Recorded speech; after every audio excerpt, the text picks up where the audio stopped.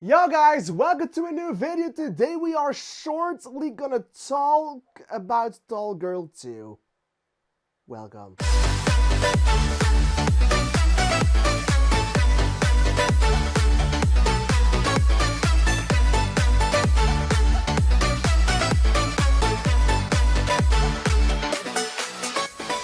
See this review as maybe one of the shortest reviews I have ever done, because there's literally nothing to tell about this movie. Well, let's just say some things because I always do some before parts. Well, it is Tall Girl 2. It's a sequel to Tall Girl, a movie that did not need a sequel in any way, especially the first one. Just didn't even need to be made. It was so awful. It was really, really, really bad. I legit don't know what to say. And when I was writing this review, I still didn't know what to say because there is nothing to say in this thing. It's just, what can I say? It's about tall girls. It's about one tall girl. It's about tall girl. It's about, I even forgot her name. Jodi. Jodi.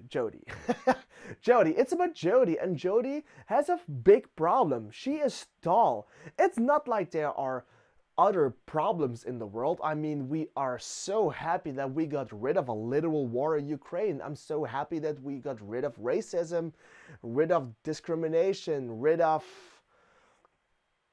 bullying, rid of everything that paints a person in the world, so we can finally focus on the real and the biggest problem: being tall.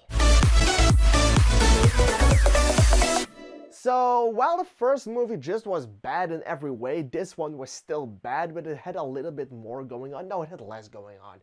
This time it was about a show, and they were trying to make the show, and then there was another guy, and then they broke up, and well, the entire movie they spent whining, and I hate the guy that Jodi was dating with because, well, he literally made everything worse in the first movie. Yeah, I know you did not get the girl, but you literally just made sure that no one else would date the girl because you humiliated her for everyone else, and you literally tell the guy that she was crushing on that she didn't want you. So you're an awful dude, and now you're together, and we were supposed to be happy about it, but you don't deserve her. She's way too good for you. And in this movie, there's a problem, and the relationship breaks, and they suddenly go from 16-year-old honeybirds to 2-year-old honeybirds because, wow, they were childish.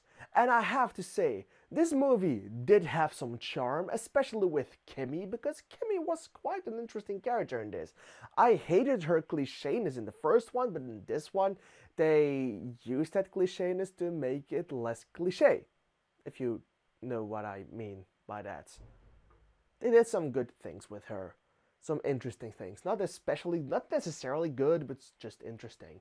But yeah, it's about being tall, and there's literally nothing else on this movie, into this movie, than being tall.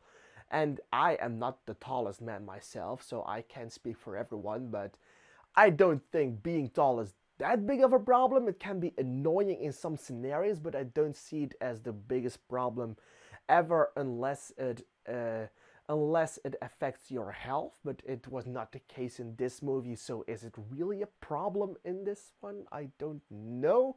And to end this, because I have to look at my review if I have something else left, because I don't know, but this girl Jodi is 1 meter and 87 centimeters long in real life. Ava Michelle, that's not that long. It may be long in America, I don't know, but in the Netherlands, everyone is at least 1 meters and 87 centimeters. So that's nothing special. I mean, in the Netherlands, we get people from 2 meters and up. And there you have me, 1 meter and 77 centimeters. So I'm just only 10 centimeters shorter than Jodi was.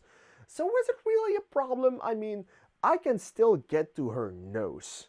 So it's really not that big of a problem, is it? Alright, so I already said it were first world problems. The story had had more charm. It was less interesting though. It were mostly kids and it was boring. Characters, I hate everyone. I didn't say it, but I hate everyone, especially the boyfriend. Kimmy was the best part because she had something to do. The rest annoyed me. The style, there was nothing significant in this movie setting it apart, but it wasn't ugly, so it was kind of okay. The shots weren't that ugly, it was just nothing special. Surprisement, I wrote down that it was non existent. I stand by that. I could say everything, so I gave it a 10 out of 100 on the surprisement score. And then the acting, it wasn't awful all the time, but it was still pretty fucking bad. Okay, that's everything I've written down.